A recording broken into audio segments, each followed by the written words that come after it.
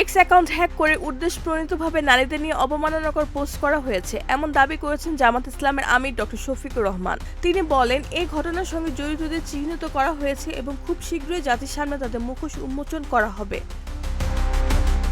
১ ফেব্রুয়ারি সন্ধ্যায় ঢাকা ১৫ আসনের নির্বাচনী পথসভায় তিনি এসব কথা বলেন। নারী সম্মান ও চাঁদাবাজির বিরুদ্ধে অবস্থান স্পষ্ট করে জামাত আমির বলেন, কোনো নারীকে হেনস্থা করা হবে না।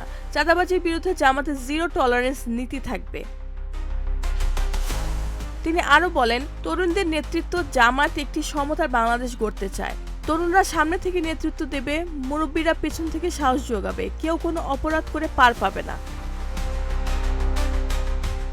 রাজনৈতিক প্রতিপক্ষকে ইঙ্গিত করে ডক্টর শফিকুর রহমান বলেন, পরাজয় নিশ্চিত জেনে একটি দলের মাথা খারাপ হয়ে গেছে। মাঘ মাসে মাথা গরম হলে চৈত্র মাসে কি করবেন?